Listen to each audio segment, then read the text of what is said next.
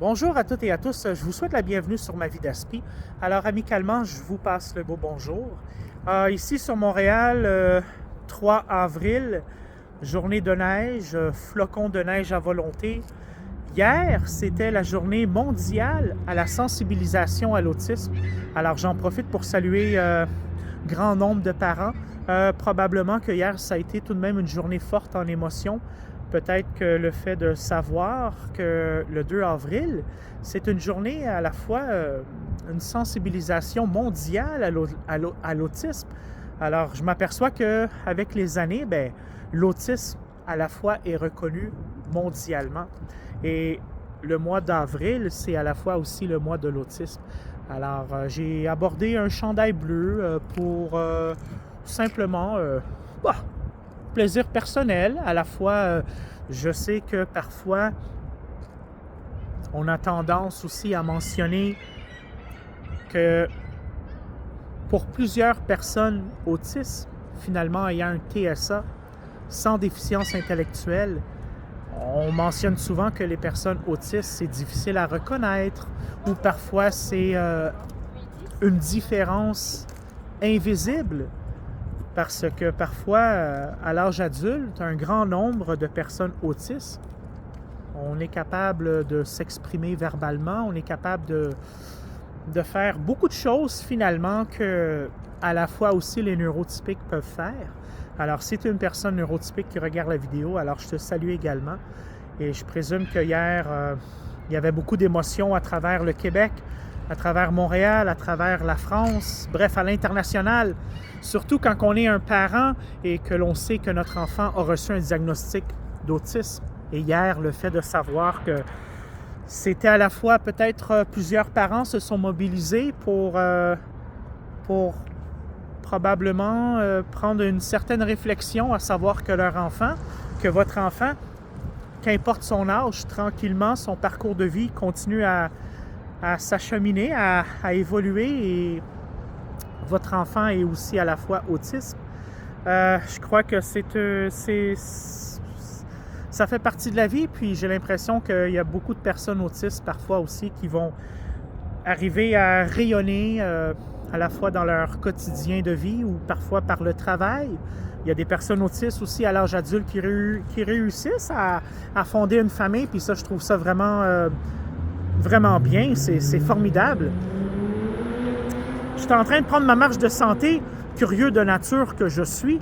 Je suis en train de marcher et la raison pour laquelle j'ai voulu faire à la fois peut-être une double image, c'est peut-être comme ça, inconsciemment.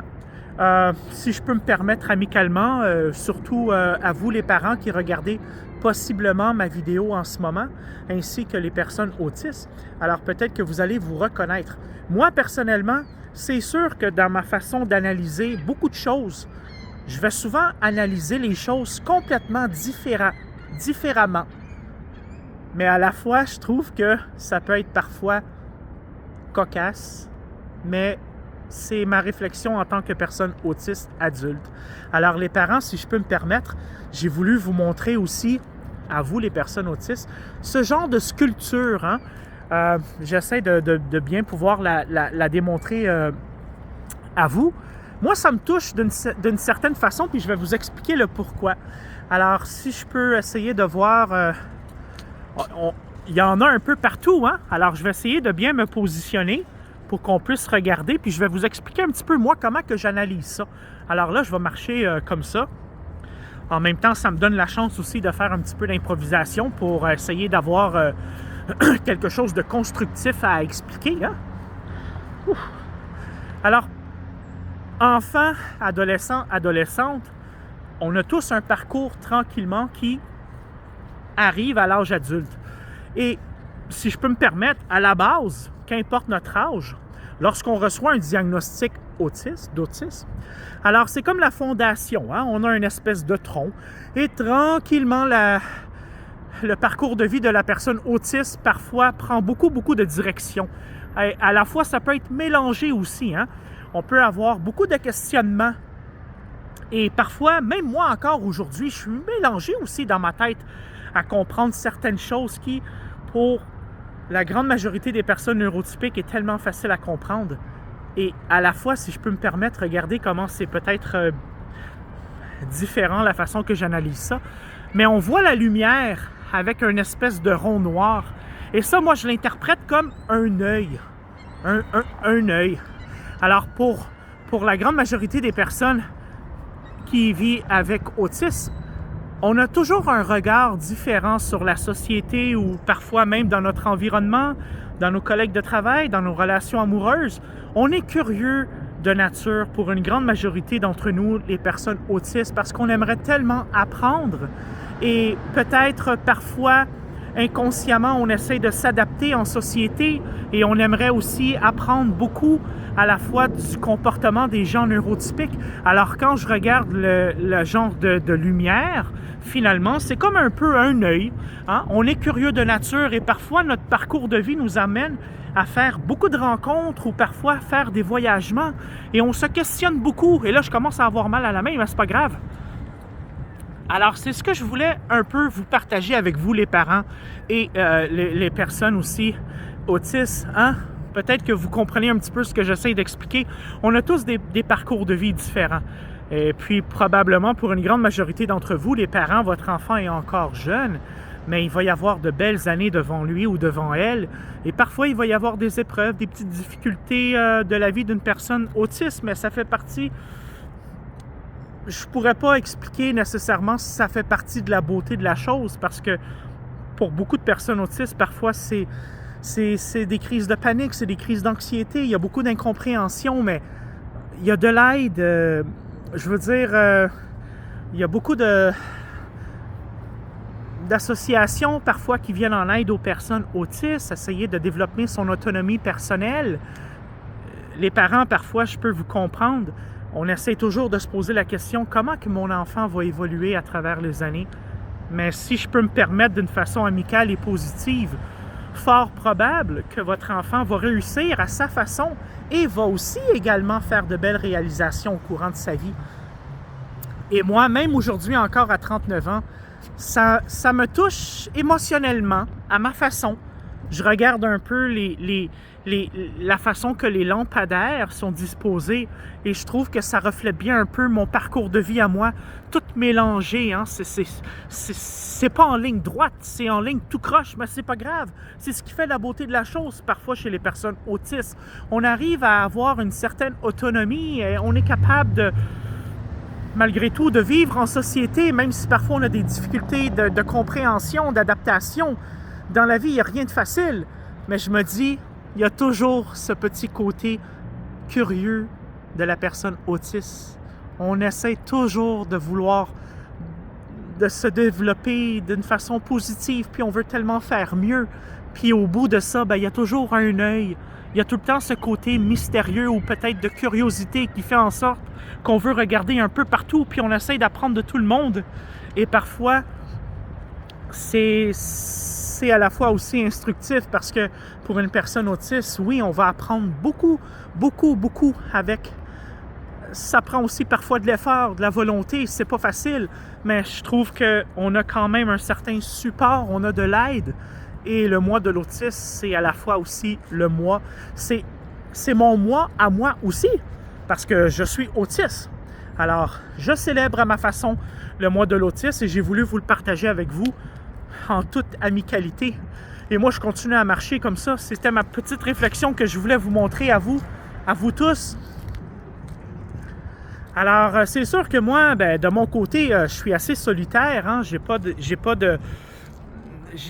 Comment je pourrais m'exprimer comme ça? J'ai pas d'organisme ou j'ai pas fondé de club d'association pour les personnes autistes parce que malgré tout, je veux dire, je sais pas, c'est difficile à partir, ça. Hein? J'aurais aimé ça, moi, me promener avec un drapeau et avoir des personnes ou des parents derrière moi pour qui l'autisme, ça les concerne. Mais parfois, on a tous aussi notre vie au quotidien, le travail, aller chercher notre enfant à la garderie.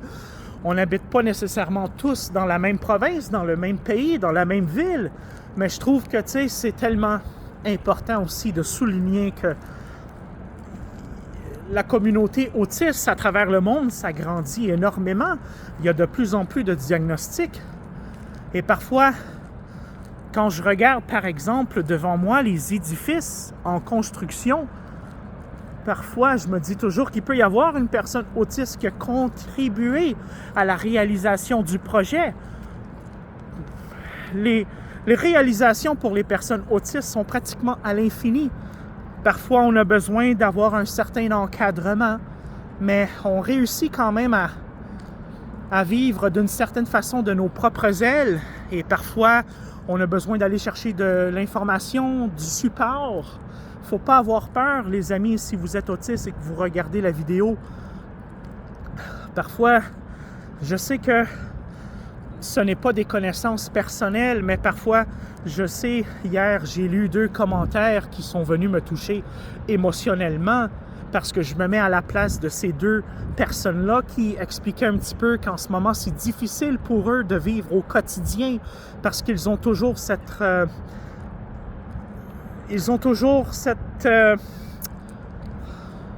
le sentiment d'être seuls.